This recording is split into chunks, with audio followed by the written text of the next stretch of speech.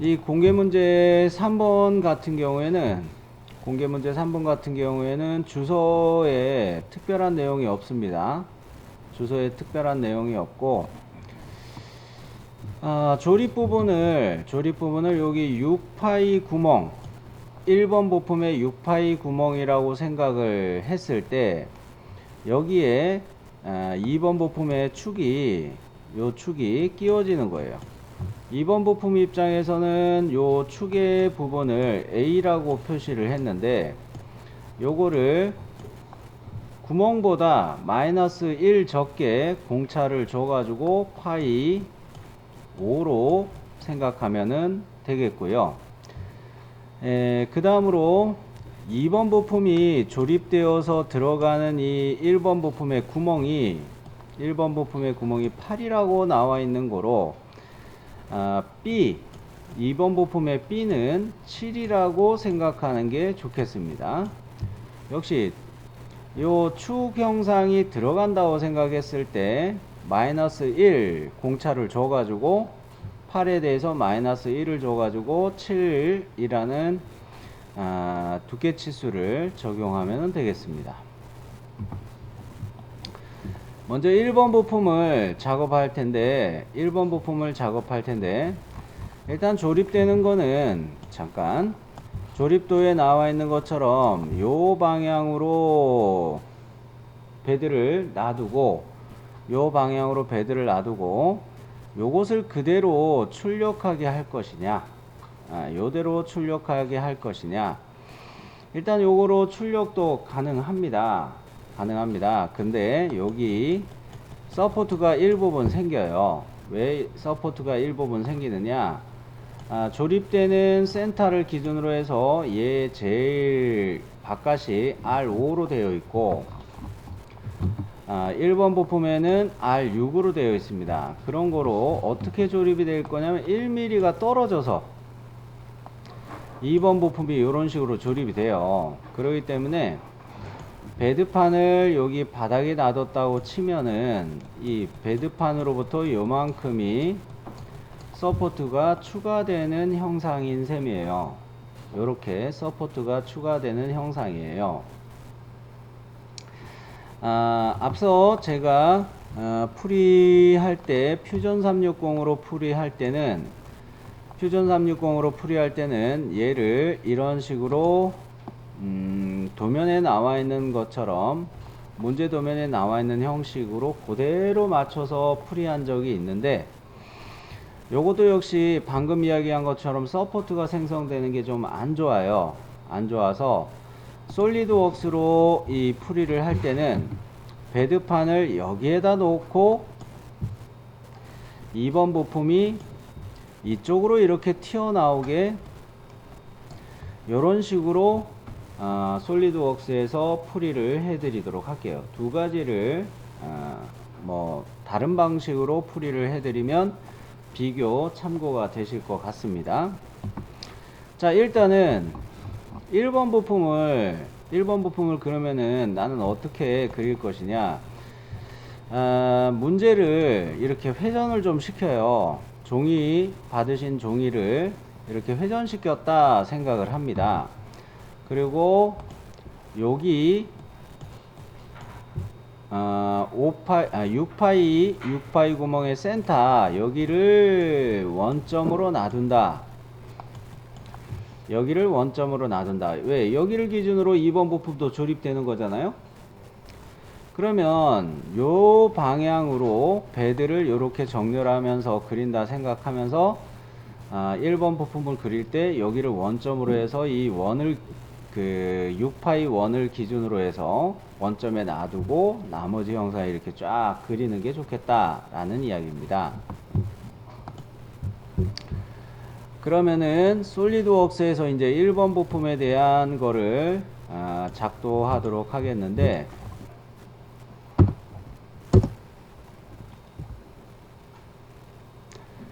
자, 일단은 얘를 이번에는 스케치 평면을 베드판이 XY 평면이라고 이야기했죠. XY 평면, Q라에서 XY 평면이 그 베드판의 위치하고 같다고 했죠. 그리고 솔리드웍스 입장에서는 XY 평면이 정면 평면이라 이야기했습니다.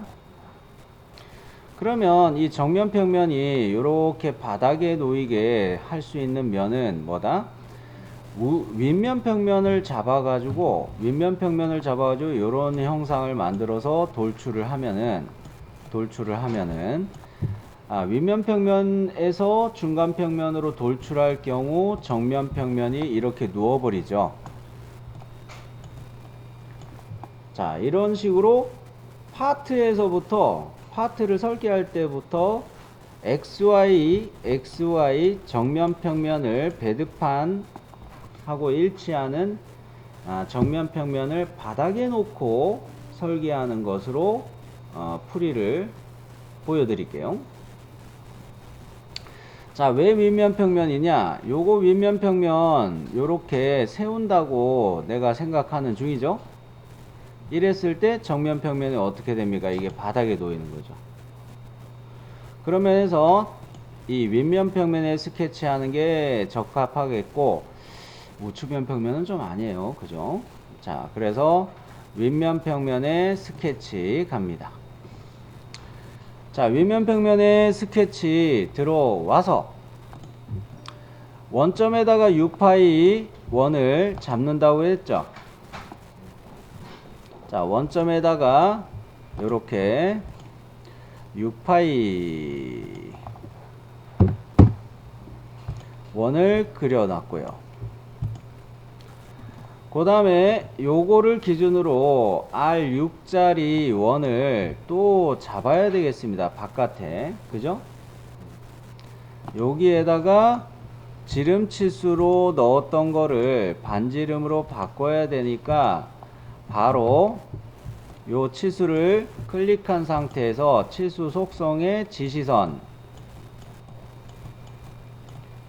요거의 반경 옵션으로 바꿔주면은 우리가 이렇게 R6 도면에서 보고 있는 것처럼 R6 치수를 넣을 수가 있겠네요. 자, 그러면 요거는 안 바꾸고 갔네. 이야기만 해놓고. 그죠? 자, 요거는 R6. 자, 요렇게 일단 도면처럼 여기를 딱 정렬을 했어요. 그러면 화면을 이렇게 맞춰 놨고요. 이렇게 화면을 좀 맞춰 놨고,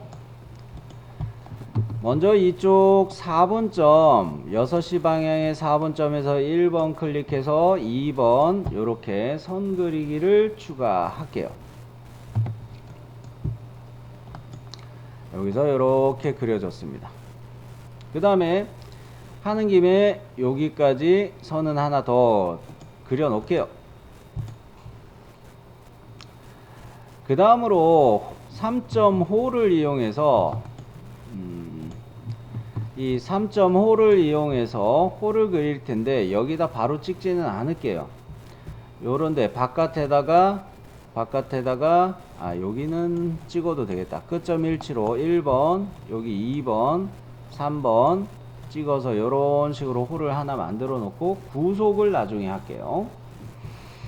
자, 그러면 여기 끝점 일치 잡고 여기 한번 찍고 여기 요런 거 뜨지 않아야 되죠. 피드백이 안 뜨게 일부러 요렇게 클릭했어요. 그러면 이 호와 서클 요거는 어떤 구속이 들어가야 될까? 이거 눈으로 도면을 잘 관찰해 보니까 이건 탄젠트 하게 된 것 같다 이거죠. 그래서 호와 원을 다중 선택해서 탄젠트 구속을 줍니다. 자, 그 다음에 요 끝점이 이렇게 나와 있는데 요거 끝점하고 원을 다시 선택해서 어떤 구속을 줄 것이냐, 일치라는 구속 조건을 줄 거예요. 그러면 이 점이 원주에 접한 상태에서 튀어나오지를 않아요. 그러면 왜 이거를 하느냐? 트림 요소 잘라내기로 자를 때 이렇게 짜투리가 남지 않게 하려고 우리가 하는 겁니다. 그러면 요 끝점하고 원주하고 선택해서 일치. 깔끔해졌죠? 그러면은 이제 일단 요소 잘라내기로 정리를 하는데, 요소 잘라내기 지능형 요거 이용해서 어디를, 요 안쪽을 요렇게 홀을 날릴게요. 자, 지능형으로 툭 건드려서 날렸습니다. 이제는 위치나 그런 거를 좀 잡아야 되겠어요. 이 선의 끝점을 나타내는 위치에 대한 치수는 뭡니까? 26이죠. 그죠? 자, 그 말은 이 탄젠트로 얘가 잡혔으니까, 이 선 자체의 길이로 봐도 되죠. 왜 탄젠트니까 이렇게 된다는 거 이해되셨나요? 어차피 4분점으로 이렇게 온 거랑 똑같은 셈이에요. 그래서 이 선 자체의 길이 치수를 26으로 갑니다. 26. 그러면 이거는 끝점의 위치도 결정이 된 셈이고요. 그 다음으로 이 호에 대해서 2, 3이라는 요런 치수가 들어가 있는데, 이 호가 2 이상 벗어나지 않는 위치를 설명하는 셈이죠. 근데 이 치수 넣는 거 잘 안 될 거예요. 그죠? 자, 찾으신 분들은 이거 하셨을 텐데, 일단 호를 클릭하죠. 중간점 아니에요. 호의 중간점 아니에요. 이 호 자체를 클릭하고 요 선분을 클릭하는 거예요. 호와 선을 클릭했을 때는 어떻게 치수가 시작됩니까? 호의 센터에서부터 선까지의 간격 치수로 이렇게 나오죠. 자, 이거는 변경을 해야 된다는 겁니다. 치수 속성, 이 치수의 속성을 지시선으로 가가지고 변경을 해야 돼요. 자, 이렇게 일단 클릭해 놓고, 자, 이 치수의 속성을 변경하는데 이렇게 화면 좀 조절해서 이 치수가 어떻게 들어갔는지 지시선이라는 치수의 지시선이라는 탭으로 와서 이 속성이 어떻게 됐는지 관찰해 보니까 호의 상태가, 제1호의 상태가 가운데로 되어 있어요. 요때 제1호의 상태가 어느 겁니까? 요게 제1호예요. 호를 여러 개 클릭해서 치수를 넣을 때도 있거든요. 근데 지금 우리는 호를 하나만 클릭했으니까 제1호의 상태예요. 제1호의 상태가 가운데에서부터 치수를 넣는다 이렇게 돼 있기 때문에 호의 센터에서 치수가 이렇게 들어간 셈이에요. 그러면 요거 치수 들어가 있는 거를 관찰해 보니까 이 호의 센터는 여기쯤에 있을 텐데, 여기쯤에 호의 센터가 있을 텐데, 요런 식으로 표시되게 하려면 어떻게 가야 될까? 이거 최소로 가야 돼요. 최소. 자, 그래서 얘를 최소로 바꿔줍니다. 이렇게. 그러면 도면에 나와 있는 것처럼 이 치수 기입의 형태가 맞춰졌죠? 똑같아졌죠? 기왕에 요거 설명하는 김에 하나 더 이야기하자면, 만일에 최대로 갈 때 어떻게 될까? 역시 한번 클릭해 보면 어떻게 됩니까? 어머. 요렇게 이 호를 기준으로 생각하기는 하지만, 이거하고 선하고 기준으로 봤을 때 제일 바깥에서로 요렇게 치수가 바뀌어요. 호가 2개 있을 때는 더 관찰하기 좋은데, 일단 요렇게만 관찰하고 우리에게 필요한 거는 최소 제1호의 상태를 최소로 요렇게 기입해야 되겠다. 그런데 요렇게 치수 기입이 안 되는 경우가 생깁니다. 어떤 경우냐면은 좀 전에 요거 들어올 때 어떻게 치수 기입한다고 했어요? 호를 클릭하고 선을 클릭한다고 했죠. 그런데 말입니다. 요렇게 안 하고 예를 들어 호의 센터를 클릭하고 해버리면 말짱 꽝이에요. 이게 안 돼요. 호의 센터를 클릭하고 선을 클릭하고 이렇게 들어가면은 현재 모양은 아까 호를 클릭했을 때랑 결과는 같아요. 다시 보여줄게요. 호를 클릭하고 이 선을 클릭하고 이렇게 갔을 때 모양은 같죠? 그죠? 근데 뭡니까? 호의 센터를 클릭하고 이 선을 클릭하면은 이거 지시선 탭으로 가가지고 제1호의 상태 조절하는 거를 못 찾아요. 이해되셨어요? 객체를 클릭하고 가셔야 됩니다. 호 객체를 클릭하고 가셔야 돼요.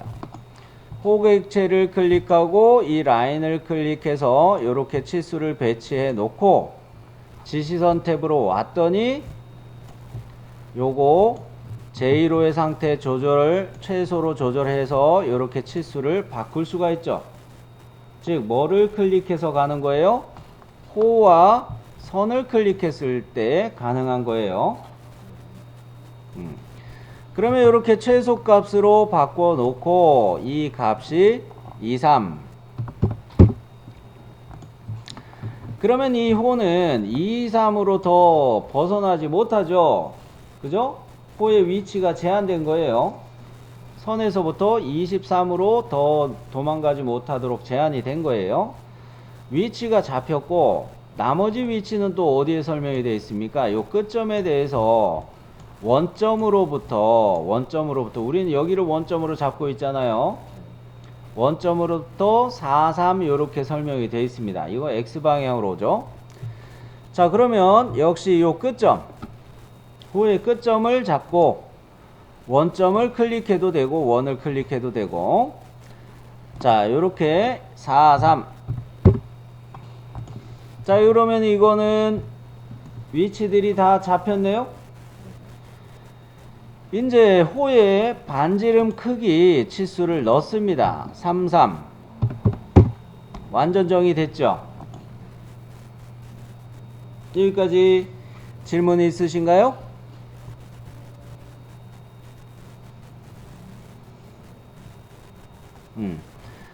그러면 여기에서 이 파선은 뭘까? 지금 그리지 않는 겁니다. 요거는 지금 그리면 안 돼요. 파선은 뭐예요? 숨은 선으로 이야기하는 거죠. 요 선이 이렇게 투영될 수가 있겠고요. 그죠? 그리고 요 아래쪽에는 없네. 참. 그죠? 요거 등각까지 밖에 없는데 요 안쪽이 터져 있지만 어디가 막혀 있느냐 요거를 설명하는 중이죠. 여기까지 이렇게 되어 있고 여기 일부분이 이렇게 되어 있어서 여기는 천정처럼 이렇게 뚜껑이 일부분 있고 나머지는 다 터져 있다는 이야기죠. 그죠? 그런 거로 얘는 먼저 돌출 보스 베이스 그냥 해둬야 돼요. 그리고 안쪽을 파는 것을 돌출 컷 한 단계 더 작업을 해야 되겠어요. 그러면 얘 두께 값은 어디에 이야기되고 있습니까? 16으로 해가지고 이 우측면도에 이게 설명이 되고 있죠. 우측면도에. 자, 중간평면으로 돌출 보스 베이스 갑니다.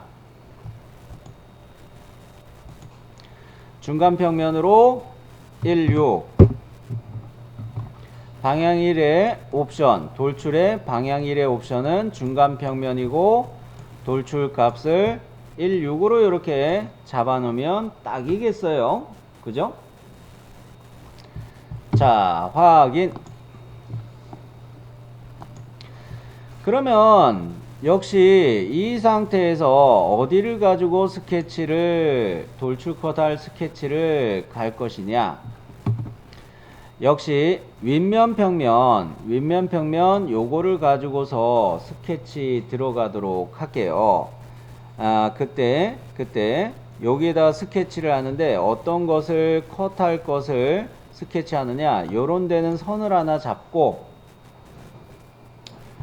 요런 거는 옵셋해서 선을 홀을 잡고 나머지는 요소 변환으로 따면 되죠.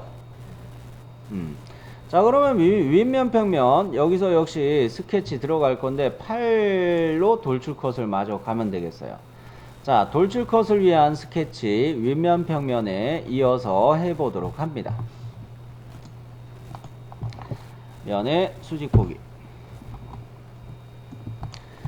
자, 요렇게 해놓고 내가 먼저 선을 따기보다는 요 면을 클릭해 가지고 요소 변환 딸 수가 있겠는데, 면을 클릭했는데 잘 보세요. 면을 클릭했을 경우 요소 변환으로 따지는 거는 어디가 따질까? 이 둘레가 다 따져요. 일일이 모서리를 클릭할 필요가 없습니다. 자, 그러면서 어차피 이렇게 바깥에 두리를 따고 그 다음에 선 따고 옵셋 5 하고 이렇게 해야 될 거니까 면을 클릭하고 요소 변환 가볼까요? 자, 여러분이 관찰하기 쉽게 음영 처리로 바꿔볼게요. 이렇게 선이 따진 게 보이시나요? 객체들이 따진 게 보이나요? 면을 클릭할 경우는 바깥 둘레가 바로 따진다는 겁니다. 자, 그러면 여기까지 이해되셨으면 이 상태에서 이제 선 그리기를 하나 해 놓을게요. 선 그리기를 이렇게 수직. 이렇게 그린 선이 뭐 잡느라고 한 거예요? 여기 요 선을 잡으려고 하는 거죠. 근데 정면도에서는 이 선에 대한 정보가 없어요. 어디에 나와 있다? 우측면도 보니까 여기 이 위치가 19라고 설명이 되어 있어요. 어디에서부터? 우리 입장에서는 어디에서부터? 원점 여기에서부터 이 선의 위치가 19로 봐야 된다는 이야기죠. 그러면 바로 치수 넣을게요. 자, 원점에서부터 얘까지 19. 그러면 다음으로 요거 5mm 요거 옵셋 됐다는 거 이해되셨죠? 자, 그러면 어떤 거를 쓰는 게 좋아요? 요소 옵셋 요거 쓰는 게 좋죠? 요소 옵셋 할 때 뭐만 주의하면 돼요? 체인 선택 안 쓰는 게 좋죠? 체인 선택을 안 쓰는 게 좋아요. 그렇죠? 자, 요거 체인 선택을 끄고 이 값을 5로 바꿔놨어요. 그리고 여기 뭐 따졌던 호도 괜찮고 모서리도 괜찮아요. 따졌던 요소 변환으로 따졌던 이 호를 한번 클릭했습니다. 아, 방향이 마음에 안 드네. 그죠? 반대 방향. 즉 요소 옵셋 파라미터의 값은 5이고 치수 부가이면서 반대 방향만 사용한 거예요. 반대 방향까지만 사용한 거고 체인 선택 이런 거는 안 썼어요. 자, 요 상태에서 요소 옵셋 확인되셨으면 요걸로 이제 확인할게요. 자, 트림으로 자꾸 트림이라고 그러네. 요소 잘라내기로 정리해야 되죠. 요소 잘라내기로 정리하는데 어디를 정리해야 될까? 여기가 없어져야 되겠죠. 여기가 없어져야 되겠고요. 그래서 요렇게 도면으로 이야기하자면 요렇게를 선택해 가지고 이만큼이 다 돌출 컷으로 이렇게 잘리게 패곡선을 만들어야 되겠네요. 그죠? 자, 그러면 먼저 지능형부터 해 가지고 이렇게 툭툭 건드려서 이게 또 선이 구분 안 될 수도 있겠죠. 음영 처리로 이렇게 놔둬 봐요. 그리고 요런 데도 한번 툭 건들고요. 깔끔하게 이제 마무리 정리하려면 그 다음에 뭐로 가면 좋아요? 코너를 이용해서 요래요래 코너 정리하고 요래요래 클릭 코너 정리하고 요래요래 클릭해서 코너 정리하고 요렇게 마무리 해주면 좋겠죠? 그죠? 자, 그러면 코너 옵션을 이용해서 요렇게 패곡선으로 마무리를 다 했어요. 그러면 이제 남은 건 뭐예요? 우측면도에 나와 있는 것처럼 팔에 두께로 돌출 컷을 중간 평면 이렇게 해주면 되겠죠. 그죠? 자, 돌출 컷 갑니다. 돌출 컷. 중간 평면 8.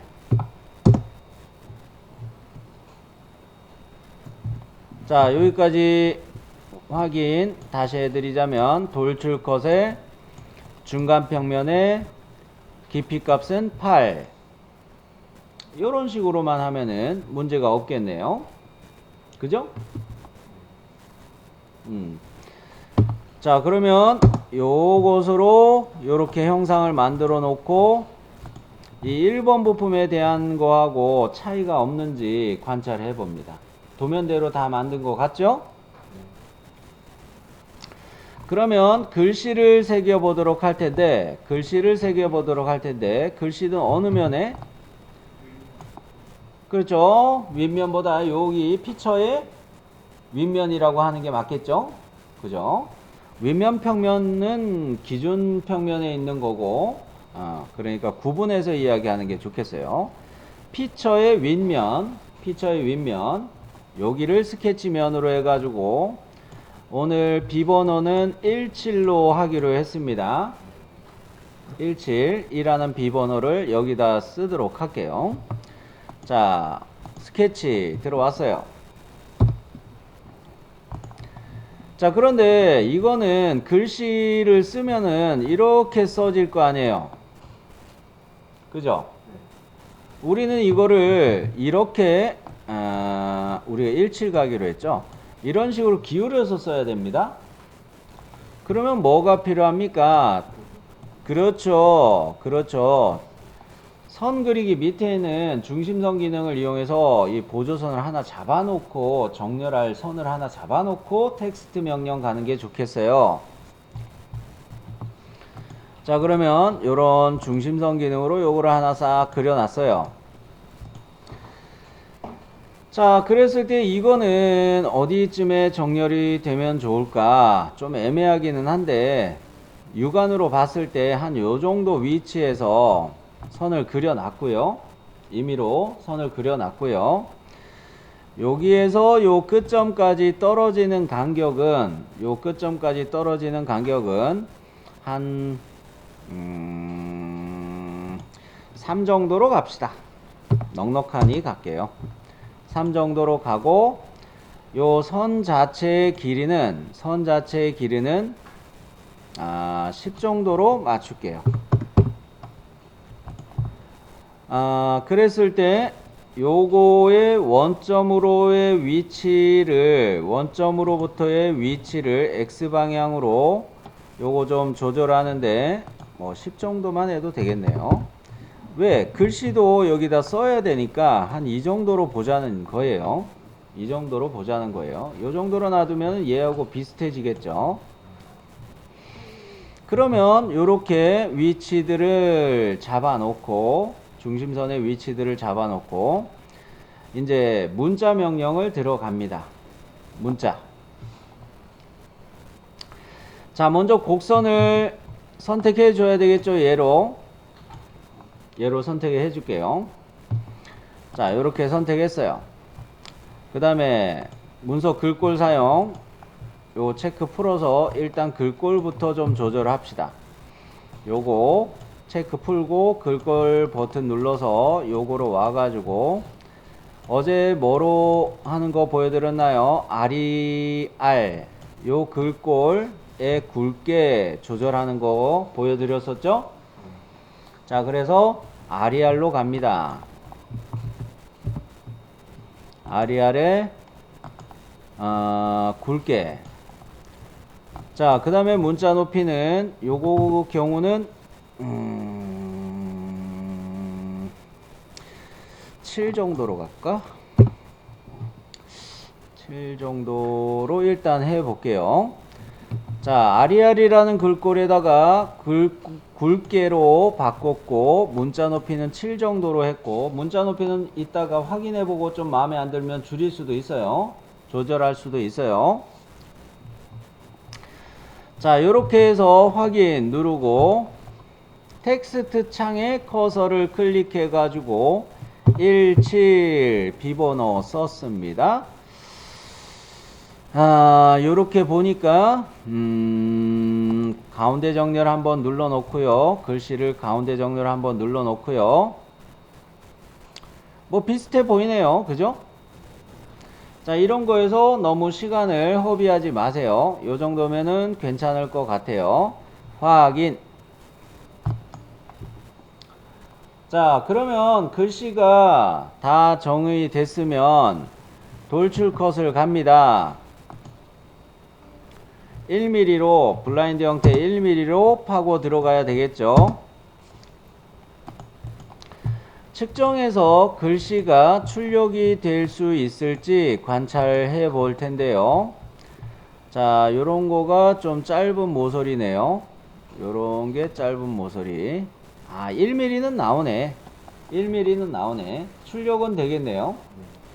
자, 요 정도면은 출력은 되겠고. 자, 그러면 얘를 저장하는데 이 파트 파일은 먼저 솔리드웍스로 지금 하고 있는 중이기 때문에 비번호 17 언더바 01.sld prt 요렇게 솔리드웍스 파트 파일로 하나 저장을 할 거고, 그 다음에 뭐로 또 저장을 해야 돼요? 그렇죠. 이거는 채점용으로 저장하는 형식이었죠.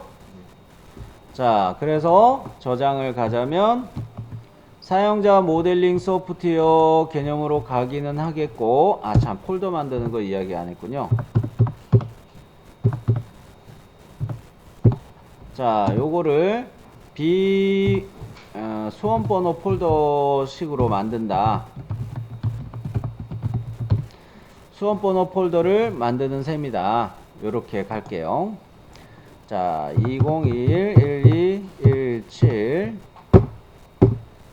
그래 놓고 솔리드웍스 파트 파일로 요거 한번 저장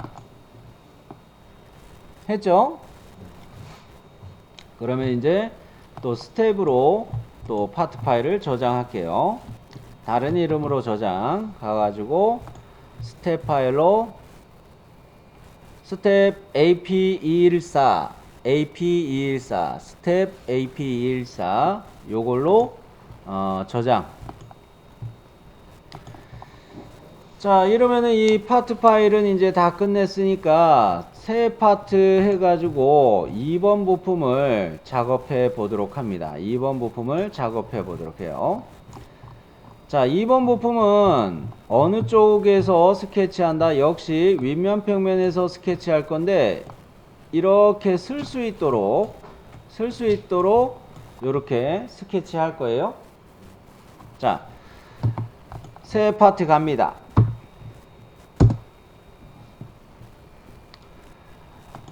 윗면 평면의 스케치. 자, 요거를 내가 관찰하기 편하게 어떻게 하는 게 좋을까? 얘를, 아이고, 요거였나?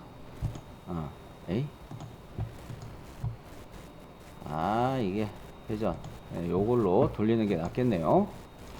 한 번 더 회전.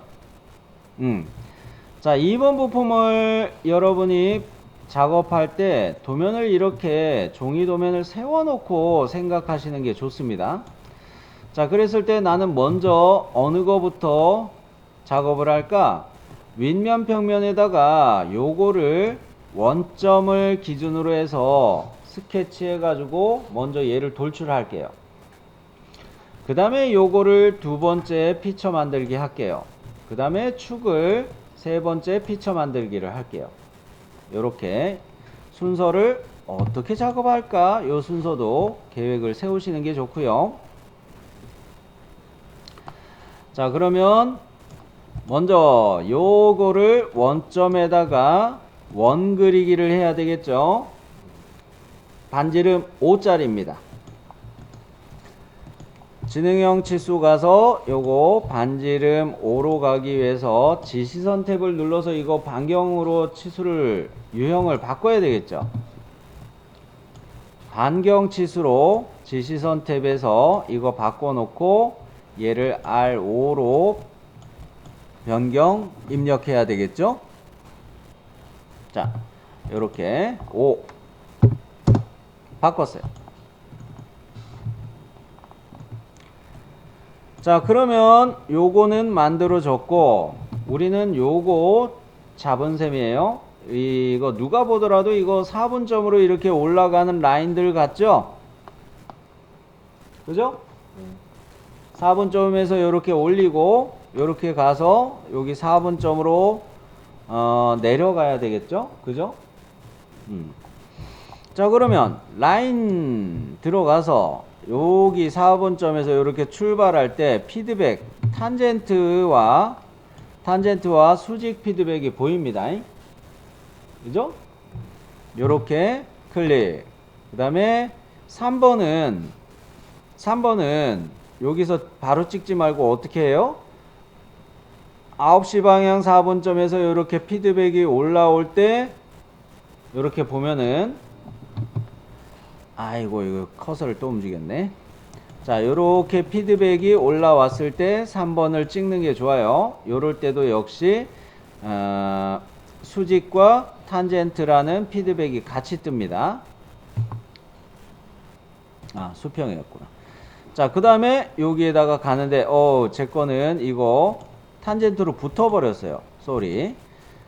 원에 대해서 탄젠트로 붙였는데 이 탄젠트 조건을 지우고 구속 조건을 지우고 이렇게 선분만 클릭해서 움직였어요.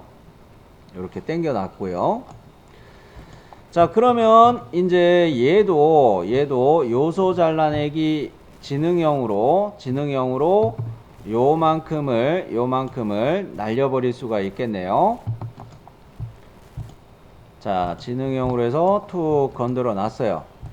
지능형 치수 바로 가는데 원점에서부터 이거 15mm 떨어져 있다 요렇게 치수가 설명이 되어 있습니다. 그죠? 그러면 요거 맞춰서 원점에서부터 이 선까지 15. 첫 번째 피처를 돌출할 준비가 됐어요.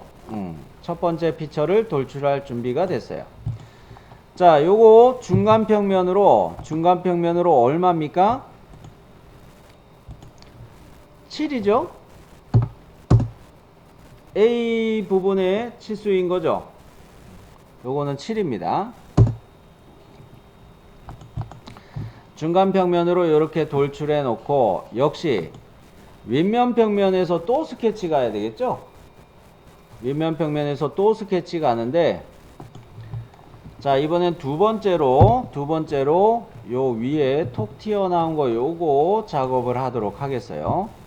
자, 요거 원 그리기를 일단 해 놓읍시다.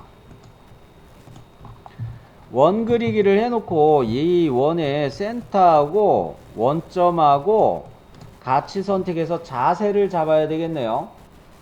자세는 어떻게 잡는 게 좋을까요? 요런 식으로 잡으면 좋겠죠. 네, 좌표축이 돌아가 있는 거라서 구속이 그렇죠. 이건 괜찮네. 오케이. 자, 요렇게 수직으로 자세를 잡고 그러면은 또 봐야 될 거는 이 선에서 센터까지가 4이다 요런 치수가 있네요. 이거 모서리죠, 그죠? 요걸로 원의 중심까지 역시 객체를 저는 클릭하죠. 계속 자, 4 넣어놓고 그러면 이제 안심하고 크기 치수 가는 겁니다.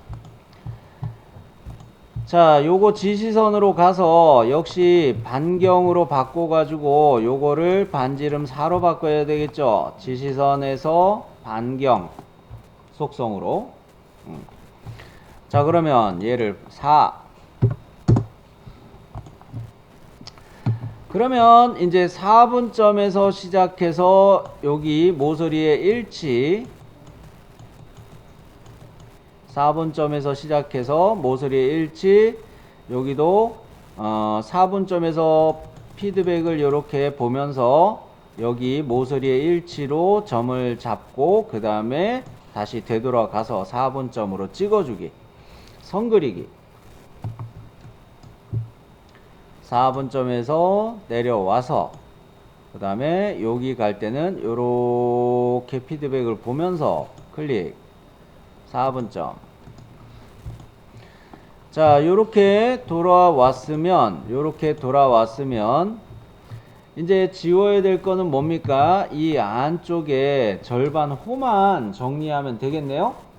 그죠? 요소 잘라내기. 지능형 툭 건드렸습니다. 이렇게 툭툭 건드렸어요. 자, 이렇게 해서 폐곡선을 만들어줬고 치수들이 다 확인되셨죠? 그런데 요것은 중간평면으로 돌출할 때 이 돌출의 두께값이 얼마로 되어 있습니까? 종이를 돌려놨기 때문에 그래요. 6이죠. 그죠? 자, 도면을 돌려놨기 때문에 그래요. 중간평면으로 해서 6으로 돌출 보스 베이스 가면 되겠습니다.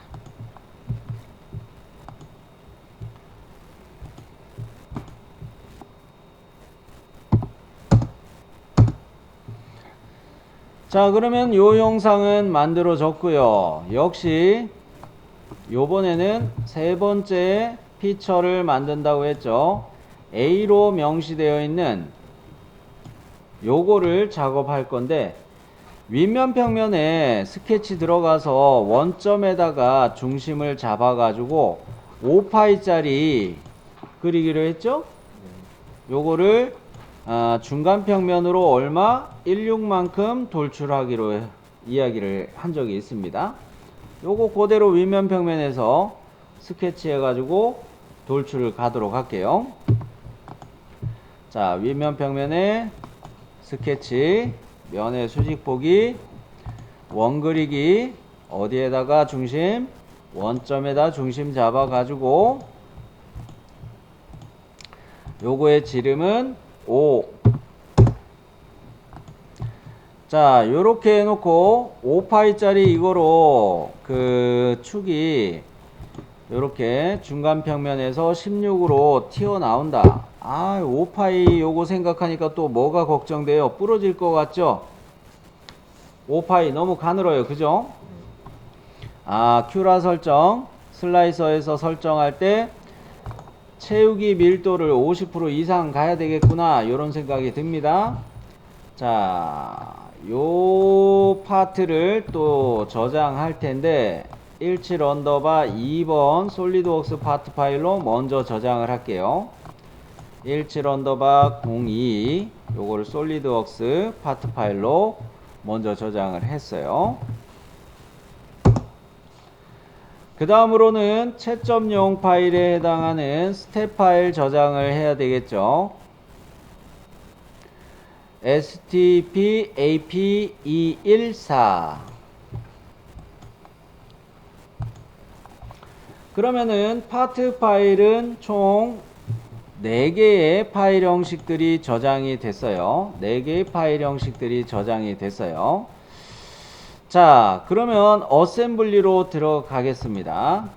바로 어셈블리 갈게요.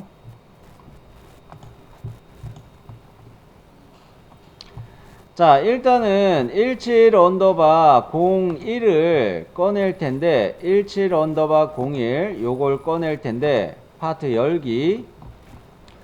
자, 일단 요거 화면 요렇게 해놓고 요거를 등각 보기를 한번 관찰을 하고요.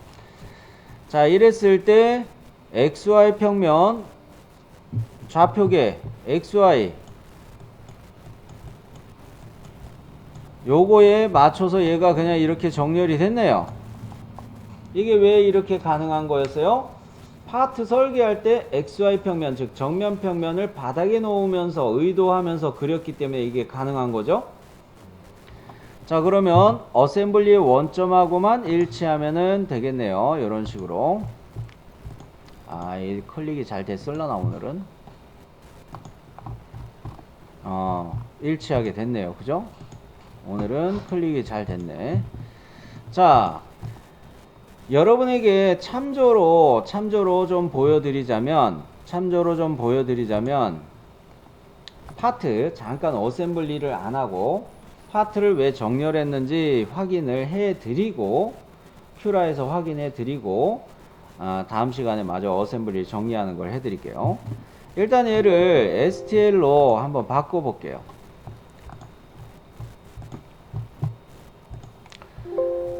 자, 이렇게 바꿨습니다. 큐라에서 왜 정면 평면을 바닥에 놓게 의도했는지를 이야기할게요. 이대로 가면은 부분이 바닥으로 들어가지 않나요? 백문이 불여일견 한번 봅시다.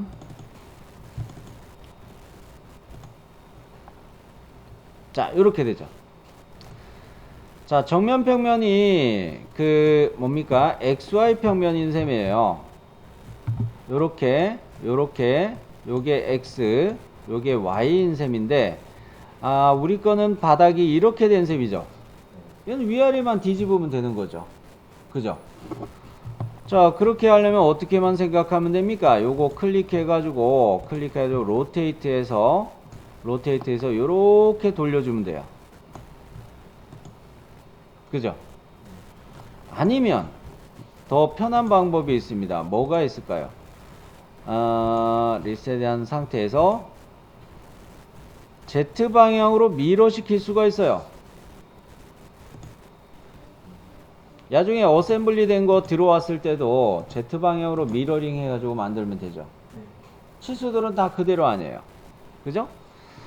자, 요렇게 해놓으면 어떻습니까? 여기가 지금 보고 있는 것처럼 요렇게가 베드판에 정렬이 됐기 때문에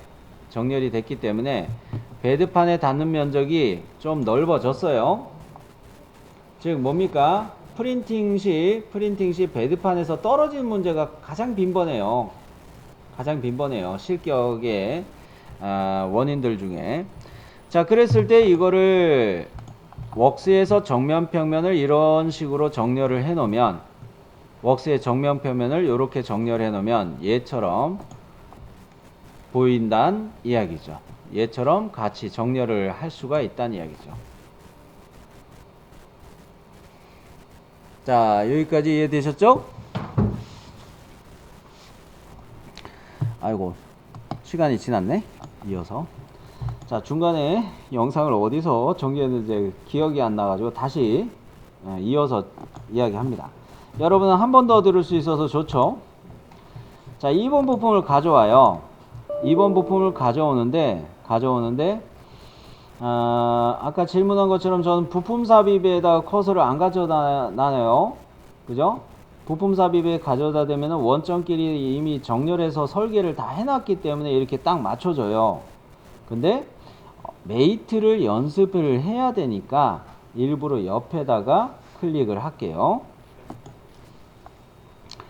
자, 요 상태에서 컨트롤 시프트 A 메이트 단축키 저장해 놓은 메이트 들어왔습니다. 그래픽 창에서 디자인 트리를 열어 놓고 1번 부품이 제일 기본적으로 메이트 된 거죠. 얘는 고정되어 있잖아요, 지금 현재. 그러면은 1번 부품의 윗면 평면 그리고 2번 부품의 윗면 평면 여기를 클릭해줘요. 이거 이렇게 되면 어떻게 정렬된 거예요? 1번과 2번 부품 둘 다 윗면 평면에서 스케치 해가지고 얘를 중간 평면으로 다 돌출 보스 베이스 한 거예요. 그죠? 그렇기 때문에 윗면 평면만 이렇게 둘 다 선택해주면 면 일치로 정렬을 하기 아주 좋다는 거예요. 자, 그러면 이렇게 맞춰놓고 두 번째로는 2번 부품의 이 원통 면하고 또 1번 부품의 구멍의 원통 면하고 이 두 가지가 공통되는 요소죠. 똑같은 요소죠. 이 똑같은 요소를 선택했을 때 어떤 메이트가 자동으로 추가될까? 동심이에요. 같은 중심을 가진다. 이거 괜히 보이기 숨기기 요거 켜가지고 임시축 켜고 그럴 필요 절대 없어요. 그렇게 할 필요 없어요. 자, 원통면과 원통면을 이렇게 딱 클릭했더니 동심, 그죠? 자, 이렇게 되면은 야, 이게 이제 이렇게 까딱까딱 움직일 수가 있게 됐어요. 여기서 이제 필요한 거는 뭡니까? 이 자세가 이제 잡혀야 되는 거죠. 아까도 이야기했다시피 정면 평면의 방향을 파란 색깔로 이야기하는 것처럼 요거를 베드판의 방향이라고 했을 때 2번 부품은 이렇게 베드판에 대해서 수직으로 서 있어야 서포트가 안 생길 거 아니에요. 최소 될 거 아니에요. 그러면 이거 쉽게 어떻게 갈까? 이게 어차피 정면의 방향으로 놓여 있는 면이죠. 요 면하고 2번 부품의 이 면하고 선택했을 때 어떤 구속이 적당할까, 석환씨? 두 면이 어떤 구속이 적당할까?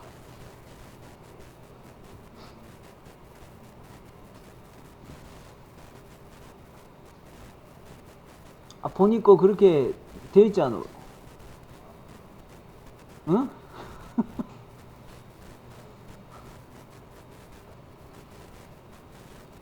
직각 아니에요? 직각? 여기에서는 이 수직 관계라고도 이야기하지만 빠른 실행에서는 두 면을 클릭하는 순간 직각이라는 말풍선이 뜨면서 나오죠. 자, 그러면 요거 딱 클릭해 가지고 요거 말고 빠른 실행에서는 직각이라고 이야기하지만 여기서는 수직 관계라고 이야기되는 것 뿐이죠. 자, 요거로 맞추면 어떻게 돼요? 이게 자세가 딱 이렇게 잡힌 거죠. 베드판이 여기라고 가정했을 때 2번 부품이 이렇게 서니까 이 밑에 원통 부분만 서포트가 살짝 추가되면 끝나는 거예요. 오케이? 확인. 자, 이렇게 이 예제를 이용해서 공개 문제 요거를 이용해서 우리가 기왕에 하는 김에 어셈블리, 솔리드웍스에서 어셈블리로 부품들을 조립하는 방법들을 메이트도 기능을 관찰을 하는 게 좋고요. 그러면은 이 어셈블리 파일을 저장하는데 먼저 두 개의 파일 형식으로 저장해야 되겠죠. 17 언더바 3이라는 파일명으로 저장을 하는데 먼저는 솔리드웍스 파트 어셈블리로, 그죠? 솔리드웍스 어셈블리 형식으로 ASM, SLD ASM 솔리드웍스 파일 형식으로 저장을 한번 하고, 그 다음에는 또 스텝 파일로 채점용 저장을 한번 또 해야 되죠. 자, 이 두 가지 먼저 해 봅시다.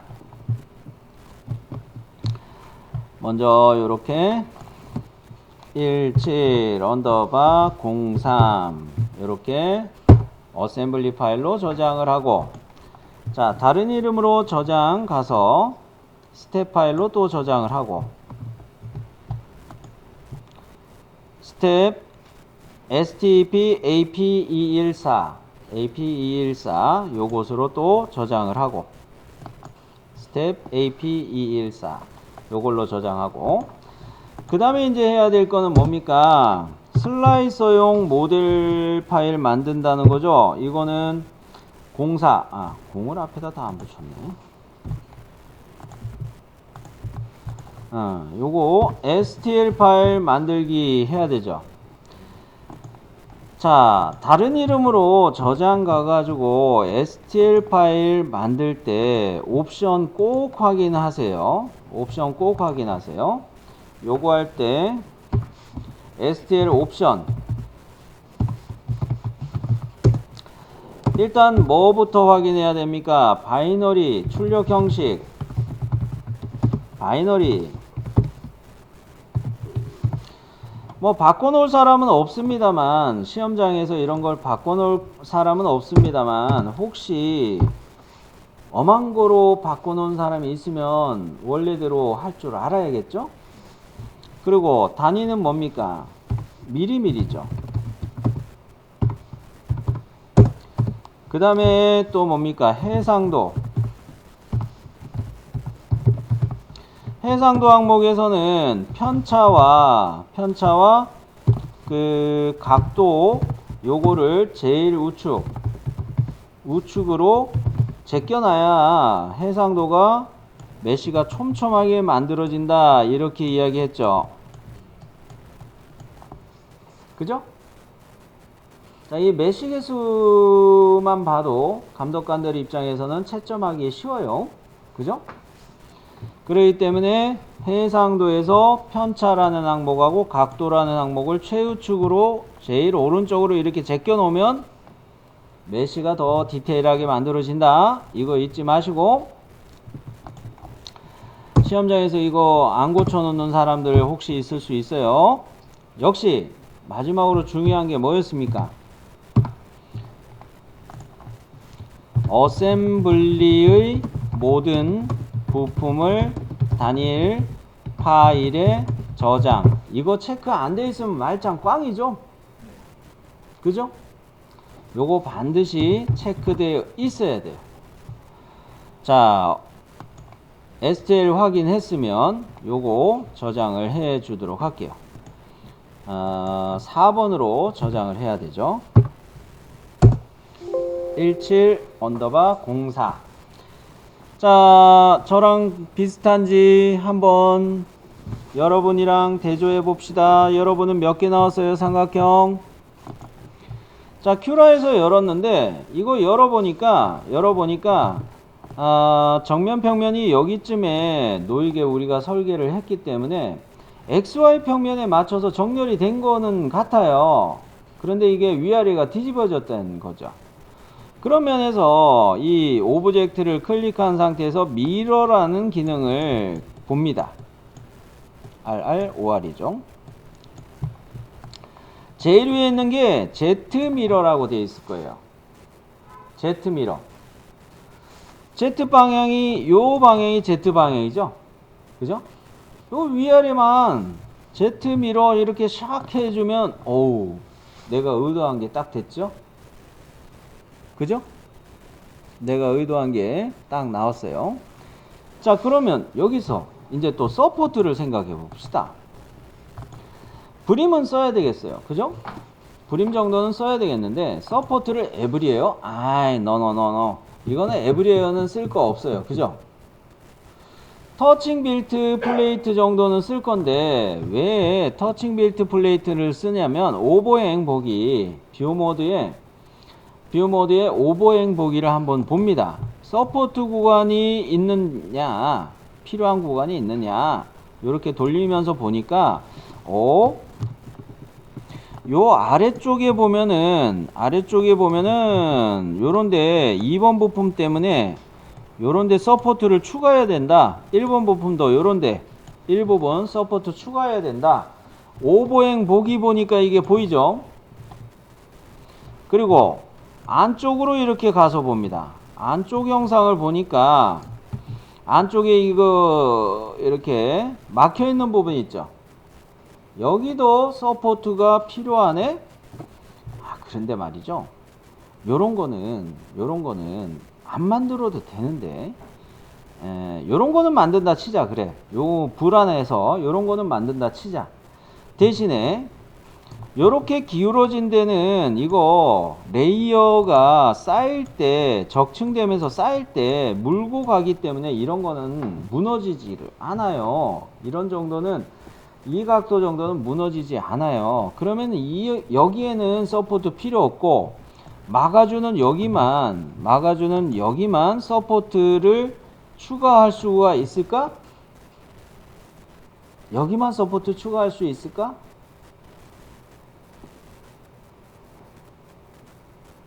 방법이 있어요. 뭐냐면 서포트 타입, 터칭 비트 플레이트, 이게 방식 선택한 요거 옆에 점점점 버튼 있죠? 요거 한번 눌러보세요. 오버행 앵글을 기본적으로 얼마로 선택하자고 했어요? 10이죠. 근데 이 10도라는 게 어떤 개념인가 이야기를 해보자면, 자, 요렇게 베드판이 파란 색깔 선이라고 가정합니다. 파란 색깔 선이 베드판. 가성의 Y축이 이렇게 있다고 가정을 해요. 이럴 때 10도는 어디에서 출발하는 걸까? 베드판에서 이렇게 출발하는 걸까? 여기에서 출발하는 걸까? Y축에서부터 출발하는 각도가 10이라 이렇게 되는 셈이에요. 그러면 이 10이라고 적용이 됐으면 오브젝트는 우리 거는 지금 이런 식으로 좀 기울어져 있죠? 그러면 여기에는 다 서포트가 만들어지는 거예요. 이 범위 안에 들어가기 때문에, 이 범위 안에 오브젝트가 있기 때문에, 이 실제 기울어진 오브젝트가 이렇게 되어 있기 때문에 10도보다 작은 것들은 서포트를 안 만드는데 10도보다 더 크게 기울어져 있는 것들은 무조건 다 서포트 추가한다. 이렇게 되는 셈이에요.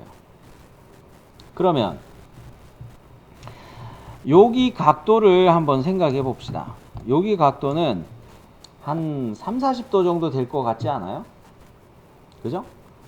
그러면은 3, 40도보다 큰 각도를 생각을 해보면 되겠네요. 3, 40도보다 더 아래로 가는 각도를 잡으면 여기 서포트 추가하는 구간에서 제외되겠죠. 자, 그러면 한 60도 정도 잡아볼까?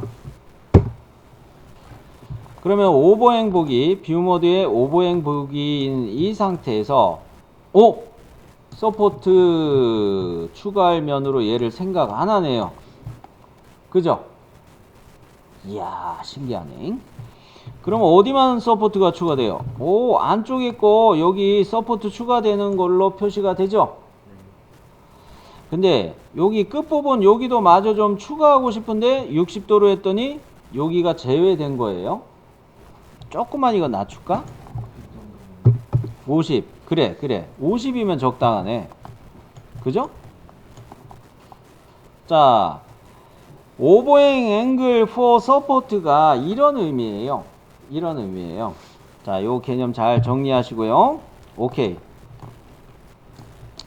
뭡니까? 서포트를 계산하는 거는 언제나 어느 거를 기준으로? Y축 기준으로 계산이 되는 거예요. 이거 버티칼, 이렇게 버티칼. 이거를 갖다가 0도로 큐라와 같은 슬라이서에서는 생각한다는 거예요. 여기서부터 0도예요. 자, 그거만 잊지 마시고, 자, 이제 뷰 모드 레이어스로 한번 적층 시뮬레이션을 관찰해 봅시다. 내가 의도하는 대로 되는지. 자, 요렇게 보면은 1번 여기서 이제 1번 부품에 뭐 바닥 부분 좀 나오기 시작하죠. 그리고 2번 레이어 올라가 봅니다.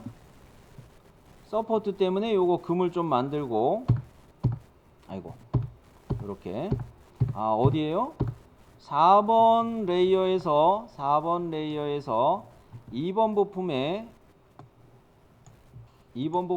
꽁다리 이제 만들기 시작하네요. 4번 레이어에서 그다음에 쭉 올라가서 서포트 만들고 있는데, 이때 추가되는 서포트는 저는 13번 레이어에서 잠시 정지했는데, 여기 추가되는 서포트들은 뭐예요? 아까 서포트 오버행 앵글 각도 조절하느라고 요 천정의 뚜껑만 이렇게 받치기 위한 서포트가 올라오는 거죠. 그리고 13번 레이어일 때 여기 보면은 이 2번 부품이 축으로 1번 부품에 꽂혀 들어가고 있었는데, 채우기 밀도 얼마로 조절하는 게 좋다고 했어요? 50% 이상으로 맞추는 게 좋다고 그랬죠. 왜? 이 축이 몇 파이밖에 안 돼요? 그죠? 5파이면은 작아요. 부러질 위험이 있어요. 5파이보다 뭐 더 작다 그러면 더더군다나 더 채우기 밀도 높이시고, 자 5파이 정도부터는 아예 채우기 밀도를 조절하면서 생각을 하는 게 좋다. 자 그러면 다음 레이어들 적층되는 거 쭉 관찰해 보세요. 이것만 주의하면 다른 거는 더 신경 쓸 거 없어요. 다른 레이어들은 뭐 그닥 문제는 없어 보입니다. 자 41번 레이어부터 뚜껑을 만들기 시작하네요. 요렇게 41번 레이어부터 뚜껑을 만들기 시작하고 있어요. 그럴 때 이 서포트가 받치는 거죠. 뚜껑을 받치는 거죠. 자 이렇게 쭉 받치면은 이런 게 다 출력 시간에 영향을 주기 때문에, 출력 시간에 연관이 되기 때문에 41분 정도면 2시간 동안 출력실에서 3D 프린터 실기 시험장의 출력실에서 출력 시간 2시간 정도를 활용할 수 있다고 그랬죠? 2개 정도는 뽑을 수 있겠네. 이 정도면 내가 형상을 정렬하는 것만 신경 써주고 서포트를 좀 줄이는 것만 신경 써주면 출력 시간이 줄어들죠?